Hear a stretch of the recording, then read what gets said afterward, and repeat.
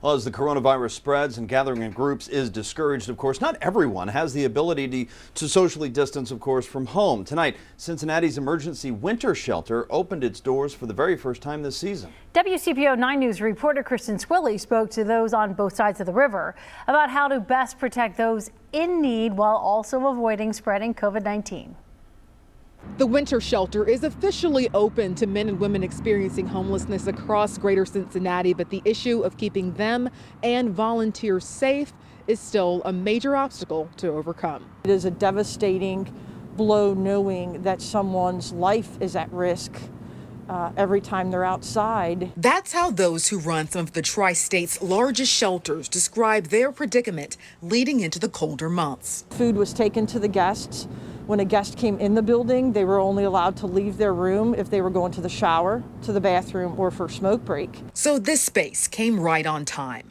Kim Webb, executive director of the emergency shelter of Northern Kentucky, says a judge and jailer reached out about using these buildings at the Campbell County Detention Center, which helps them create distance dining and living quarters without leaving people in total isolation. The facility actually has the ability to have 64 people on each side.